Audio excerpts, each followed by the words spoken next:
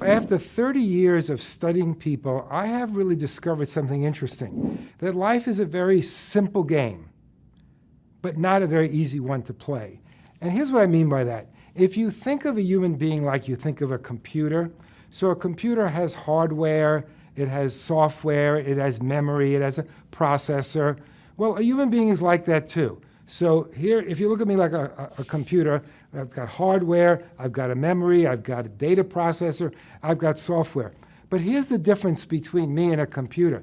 A computer has multiple programs, and it can do all kinds of things.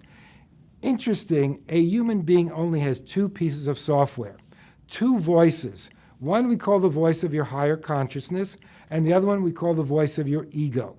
Now, those are two opposite voices.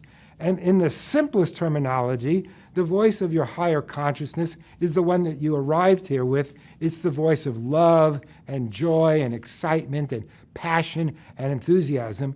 And the voice of your ego is the voice of fear and worry and separation and anxiety and scarcity. In the world of your higher consciousness, you and I are one, we're together. In the voice of the ego, you're over there, I'm over here, we're separate, and you're the enemy.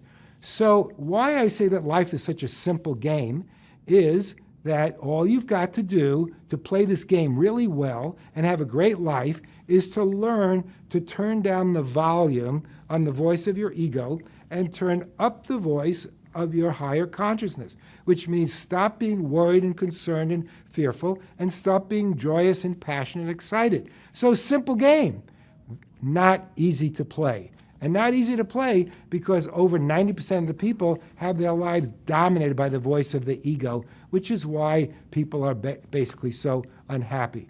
But if you want to have a really great life, start to treat your ego like a little gremlin sitting on your shoulder. Listen to what it tells you and start treating it like someone trying to sell you something you don't want, and then tune into your higher consciousness, which, by the way, lives in your heart and not in your head. You'll have a great life. To view more quick clips, visit ISSA.com.